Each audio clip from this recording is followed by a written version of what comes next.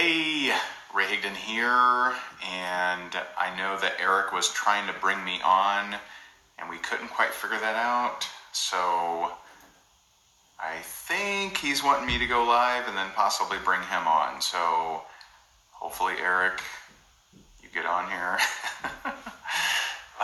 So we'll see what happens. Sometimes Facebook can be a little crazy, but if I see you, Eric, I'm going to try to bring you on. Drop me a comment if you get on here. All right, so I see Eric. I'm going to click him.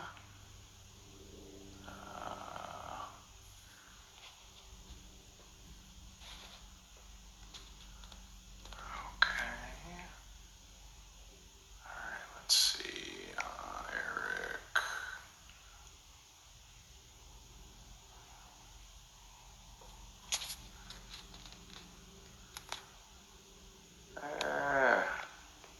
I think they've changed the format. Let me see. Hold on. This is very strange. Eric Michael. Okay. So it looks to me, I just invited you, Eric, but it looks like they've changed.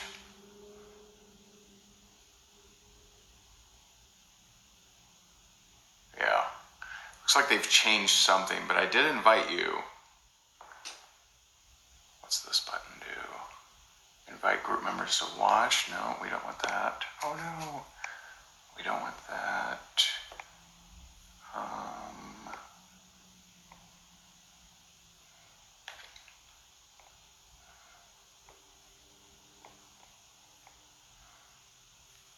I sent you an invite. It won't let me send you another one. I don't know. Eric, you want to drop a comment? Do you want me to just knock this out? I don't know. Not sure why it's not letting you come on. Because I sent you an invite, but it won't let me send another one. So, you want me to just go? What's up, Tracy? I know you. Okay. Hold on here. Let me just check something real quick.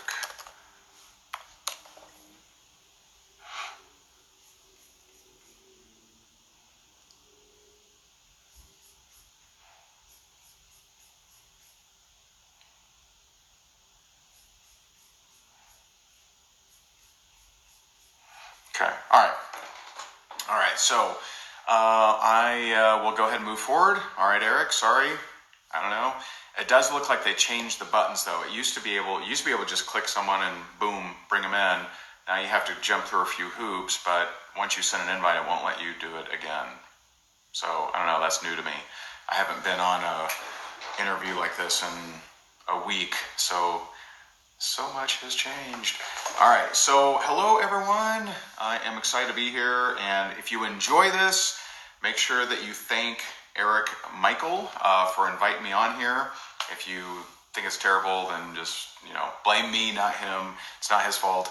But Eric had asked me to come out here and share a few topics, and I just want to pull those up.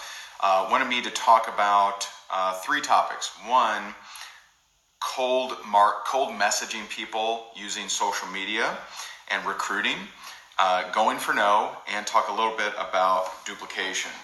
And so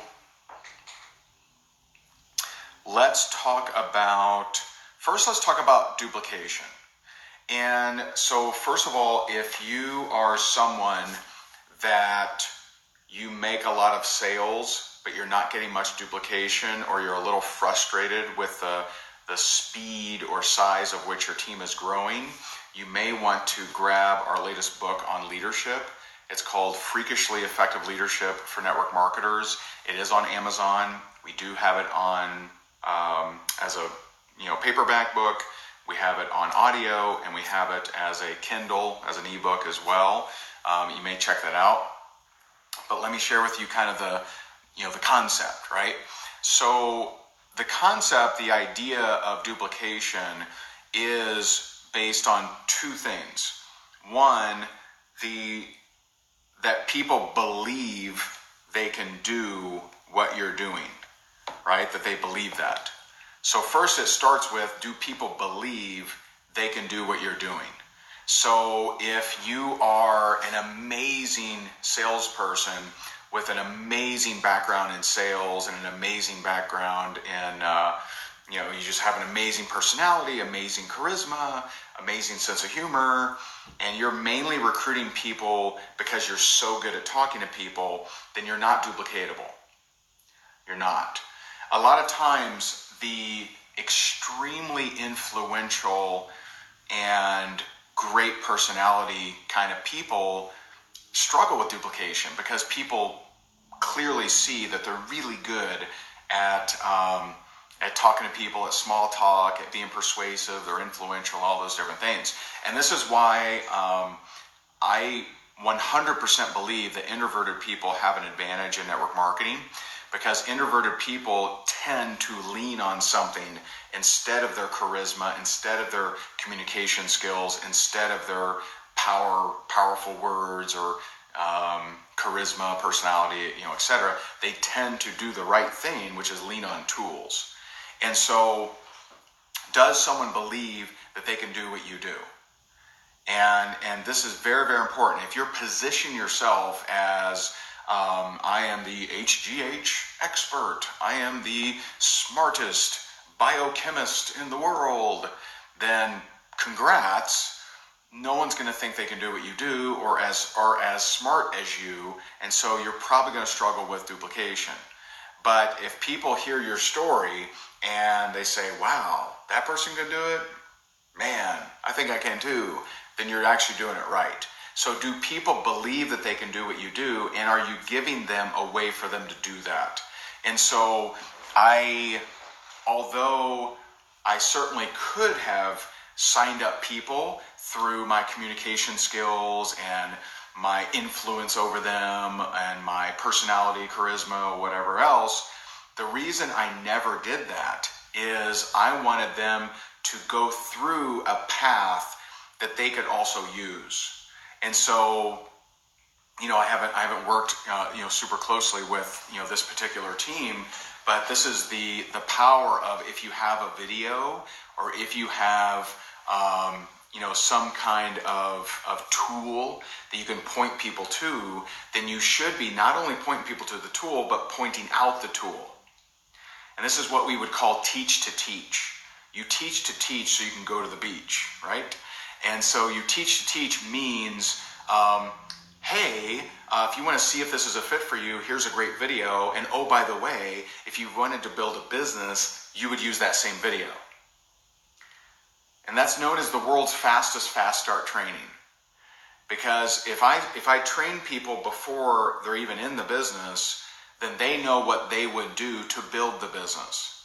And so now, if I just say, hey, here's a great video, check it out, and you'll know if you like it or not, then they're going to watch the video and say, do I like this? I don't know. I'm not sure. But if I say, hey, here's a video, does a better job than I could do of explaining it, and if you ever want to build a business, all you'd have to do is get people to watch that video. Now they're watching the video and they can't help but think, could I get people to watch this video? I feel like I could. And so if you have people believing that they can do it and seeing a path of how to do that doesn't revolve around charisma, personality, background, specialness, credibility, expertness, are you best-selling author, are you a world-renowned speaker, are you, just some amazing person with an amazing background that they don't have, instead of impressing them, trying to get them to believe that, man, if he can do it, I can do it. That's the true power of duplication, which will carry us into the kind of other topics here. And so, what's up, Joe? I know Joe had me on a call a couple months ago, maybe, something like that. And so when it comes to, I want you to remember that when we roll into this next topic of cold messaging people on social media. Now, first, I've learned that I have to teach this because some people don't understand it, but I've learned that I have to teach the definition of spam. So some people think that just messaging someone they don't know is spam. That's not spam. Here's spam, okay? Spam, and this is my definition because it'll explain psychologically what spam means. So spam is the assuming the position of your prospect without any evidence. I'm going to say that again. Spam is assuming the position of your prospect without any evidence. So a realtor. So if a realtor comes up to you and hands you a flyer of a house for sale, and so it's like, 4-bedroom, 2-bath, whatever, $400,000 or whatever, right? Down the road, blah, blah, blah, blah, blah. And that's their first confrontation with you, their first communication with you is, hey, here, I got this house for sale. That's spam. Why is that spam? Because they're assuming the position of you without any evidence. They don't know if you're looking for a house. They don't know if you're looking for that type of house. They don't know if you're a home buyer. They don't know if you're even looking to ever buy a house, right? So that's spam. Now, if they came up to you, same situation, and they said, hey, I'm a realtor here, and I'm just curious, do you or anyone you know, are you or anyone you know looking to buy a home in this area? Now, if they ask that question and they identify with evidence a position, yes, I am looking for a home here, and then they hand you a flyer, hey, I don't know if you're open to taking a look, but here, I got this one. That's not spam, because they clarified your position before they hit you with the piece of marketing. Another scenario, so let's say you're a single dude, single, ready to mingle, and you go to the hotel lobby, the hotel bar, and you see pretty young lady sitting at the bar, and you go up to her and you say, hey, I got a room here. Wanna hop upstairs? That'd be spam. You're spamming. Now, I'm not saying spam never works. I'm not saying that. But you're assuming the position of someone without any evidence. But same scenario. If you go up and say, hey, are you here with someone? Can I buy you a drink? Not spam. You're clarifying a position. And I've learned that I have to teach that because some people think just messaging cold strangers is just spam. Like, you gotta do something before you do that. That's not the case. Both my wife and I built a very, very, very substantial organization by reaching out to people we didn't know and asking a few questions, clarifying positions, and moving from there. My wife actually, at the age of 21, built a $10,000 a month income, almost 99.9% from strangers on Facebook. And, strangers, 21-year-old. And so if I message someone I don't know on social media and I say, hey, I got this new cutting edge gel that's going to blow you up and get you all thin and pretty and awesome. Hey, you want to buy some of this stuff? That's spam. That's spam. Because you're assuming that they're ready to buy. Or if you message someone that you don't know and you say, hey, my team is rocking. You ready to join? Here's the link. That's spam. You don't know if they're looking to join. You don't know anything about them. But you asking clarifying questions, you can do it in a way that not only is it not spam, it's actually fairly effective. And so first I got to start with this disclaimer. I don't care if you use my methods. If you have a method that's working well for you, why would you stop it? Like if you love building rapport long term and you take in 4 weeks, 6 weeks, 3 weeks, however long you want to take to pop the question and it's working, keep doing it. Why would you stop? That'd be crazy. It'd be nuts. But if you're not getting results, you may consider two things. One, you may consider a different method, maybe the method that I'm going to share with you here in a minute. And number two, if you are one of the blessed few that is really good at building rapport, I would say about 9% of any organization is good at small talk, building rapport, still getting to the question, not in friend land forever. I would understand that you're one of the few and that most people on your team are confused. They don't know how to build rapport. And if they don't know how to build rapport, they won't do anything. They're just like, I got to build rapport, but I'm not sure how to do that, so I'm not going to do anything. They just won't send any message, so they'll never make any money. And they're just going to be sad face. I would if you have a method that works well for you, and if that method is building rapport, certainly keep doing it.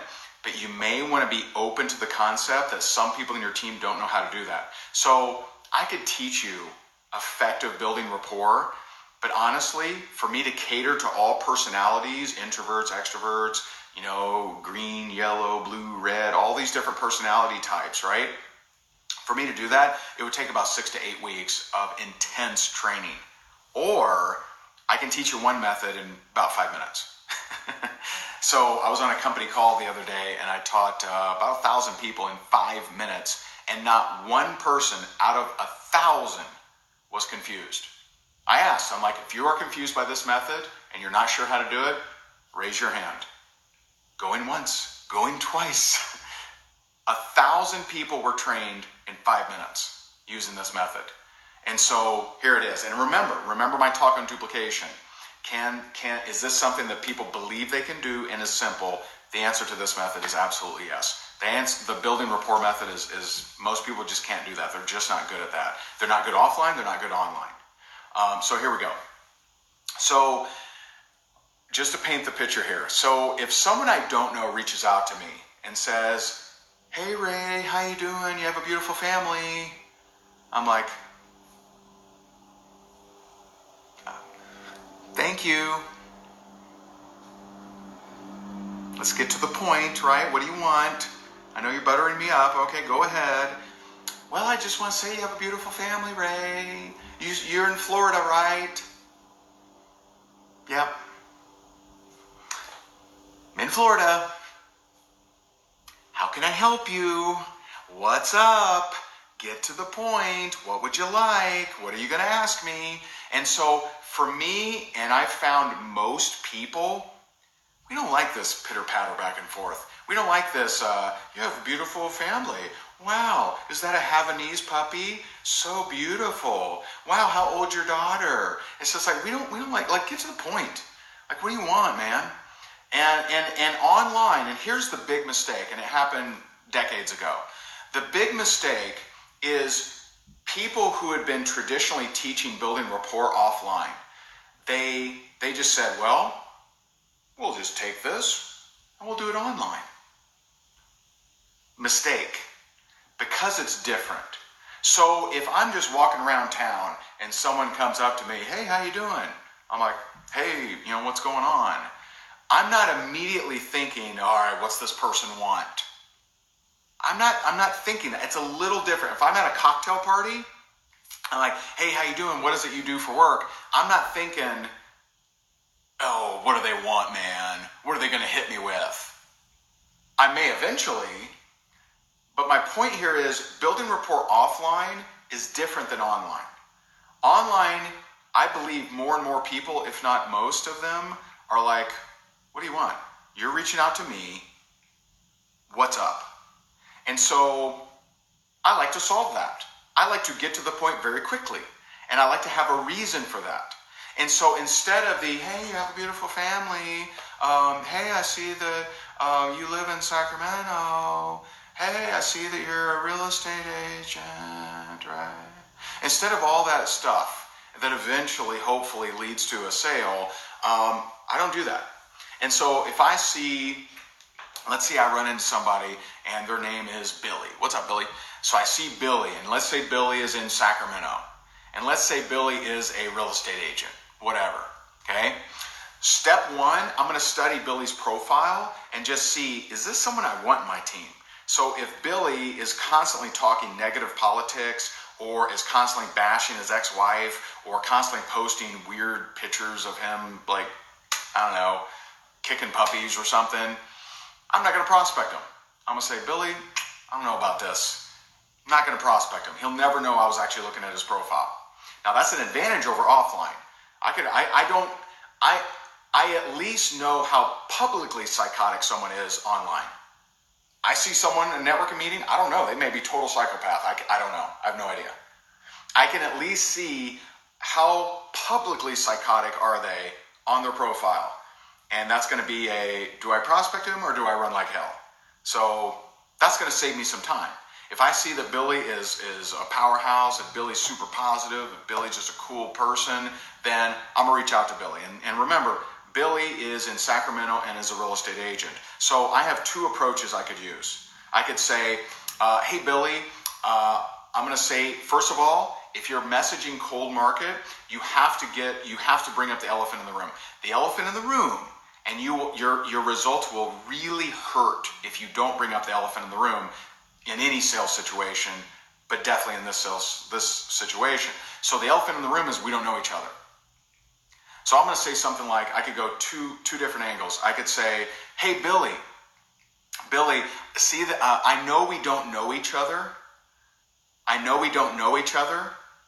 But I see that you're in Sacramento. I'm looking to expand my business in Sacramento. Would you be open to taking a look at what it is that I'm doing? If not, no big deal. Now, if I don't bring up that we don't know each other, if I just go to Billy and I say, hey Billy, I see you're in Sacramento. I'm looking to expand my business in Sacramento. Would you be open to taking a look at what it is that I'm doing? What's Billy's initial thought most likely going to be? We don't even know each other. I don't know you. Do we know each other? So instead of just blindly moving forward out of weakness and not anticipating that, bring it up. Hey Billy, I know we don't know each other. I see that you're in Sacramento. Would you be open to take a look at what it is that I'm doing to make some extra money? And if not, no big deal. I'm looking to expand in Sacramento. And I want you to understand, is that spam? I'm clarifying a position. Are you open to taking a look? Not, are you ready to join? Not, are you ready to purchase? Not, do you have a current credit card and ready to go on auto ship? None of that stuff, because that would be spam. I would be assuming a position. I would be assuming they want to lose weight, or assuming they want to have better sleep, or assuming they want to have more muscles or whatever, right? Or make money. I don't know those things, so I'm not going to lead with it. I'm not going to spam and assume a position that I have no evidence for. So I'm going to ask for evidence. I'm going to say, hey Billy, I know we don't know each other. I see that you're in Sacramento. I'm looking to expand into Sacramento. By the way, where are you looking to expand? Everywhere. So you can use that anywhere. Hey, I see you're in Timbuktu. I see that you're in Topeka, Kansas. I see that you're in Grand Fork, North Dakota, whatever, right? You're looking to expand there, I hope.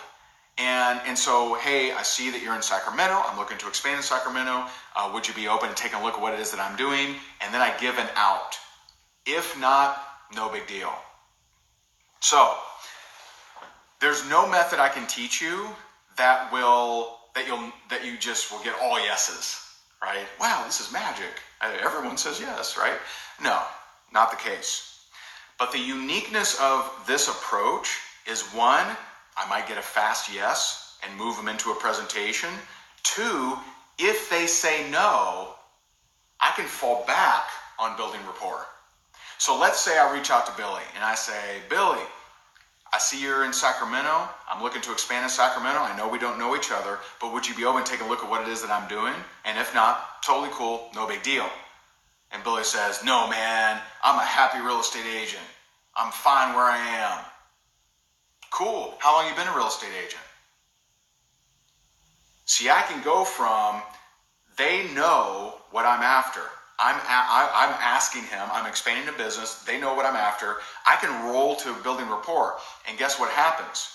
Building rapport after someone knows what you're after, very different. Very different than tiptoeing through the tulips and saying, you have a beautiful family. Billy, how long you been in Sacramento? Billy. Right? Very different. And they're wondering the whole time, what does this person want? Are they a stalker? Like, are they a crazy psychopath? Are they a serial killer? Like, why are they asking me all these questions? I wish I knew. If only I knew. They know what I'm after. And if I take the time to build a little bit of rapport afterwards, a lot of times they'll come back and say, man, it's been good chatting back and forth with you. A long time ago, you asked me about something. What was that? See, I get 2 shots with this approach. Always. Most people, 1 shot. Because they build rapport annoyingly for a long time, and then the person's like, wait a minute, are you just building rapport to hit me with that question you just asked me? That kind of sucks. I thought you were my friend. They don't think I'm their friend. I told them what I was looking for. but I happen to continue to ask them questions. Now, if you look at just time management, if you take weeks to even ask someone if they're open to buying your product or joining your team, then what do they think they have to do? Same.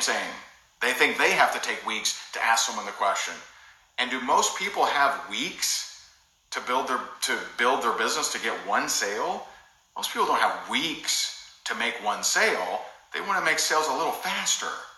And so getting to the point serves you on so many different levels. Now, nothing I can teach you will help you, will give you a way where you get 100% yeses. It just doesn't make sense. Nothing out there does that. Okay. I had read a book called Go for No, and for me, it made sense. So I actually set a no goal. When I got serious about network marketing, I set a no goal. And I don't want to assume people in here, I know I have a few people in here that know who I am, but when I got serious about network marketing, I was dead broke, personal foreclosure, $1 million in debt, chased by bill collectors. I had gone through a divorce. My girlfriend was paying my utility bills, now my beautiful wife, Jessica. And I read a book called Go for No, and I'm like, you know what, that just makes sense. And so I went for 20 no's a day. I did a video a day, and in 7 months became the #1 income earner of that company. Made millions of dollars with that company. And since the authors of Go for No came to me, and we actually, I don't know if I have it here. I don't know where it is actually. But they actually came to me, and we wrote the book called Go for No for Network Marketing. So I co-authored that with them because they heard my story. They liked it so much, so we co-authored that book. And so instead of seeking a way where you don't get any rejection, get better at handling rejection. I got thousands of no's, thousands, and it just wasn't that big a deal. I mean, it's, none of those no's, when you go and hit a top rank in your company and start making really, really good money, you won't care how many no's it took. And I will tell you, probably one of the most impressive stories I've heard is in the last company I was a part of, there was a guy there who started building his business, and he was working at a hotel. He was broke, very young, very broke, and he also lived in a really tough ghetto, like a really bad area of New York where you don't go during the day, right? Like at nighttime, forget it. You don't go during the day. And he got 450 no's before his first yes. 450 no's, not to his first rank, to his first sign up. 450 no's. That guy last year made over $2 million. And so do you think he feels it was worth getting 450 no's? Yeah. Yes, he does. And so I would just encourage you that if you're getting great results, building rapport long term, and asking a whole bunch of questions before you ask the actual question you want to ask, keep doing it. Keep doing it. Don't even bother with this method. But if you're not getting a lot of results and you're not making it happen, if you're not making money, then you may try this. And it's really, really simple. Look at their profile. Is that someone you would like on your team? Reach out to them. Hey, say elephant in the room.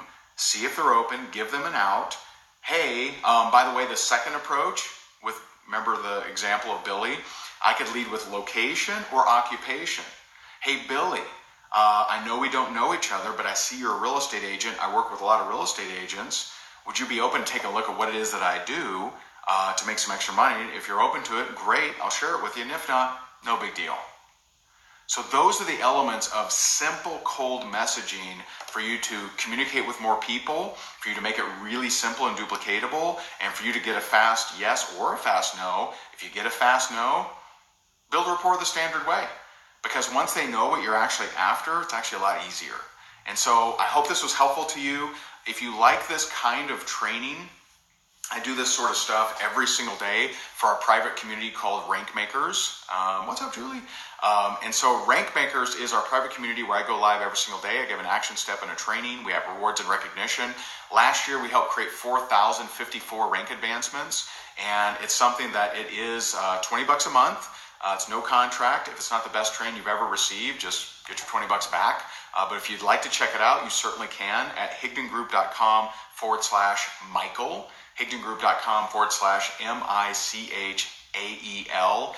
Inside of Rank Makers, we have my crazy follow-up, which is my follow-up routine. We have our closing blueprint on how to close more people. I see that there's a few Rank Makers in here, so feel free to drop a comment if you do like Rank Makers and your feedback on it. But I appreciate you having me in here. If you enjoyed it, thank Eric. If you didn't enjoy it, blame me. But I appreciate you guys. I'm rooting for you guys, and I hope you have an amazing, amazing day. Talk to you soon. Bye.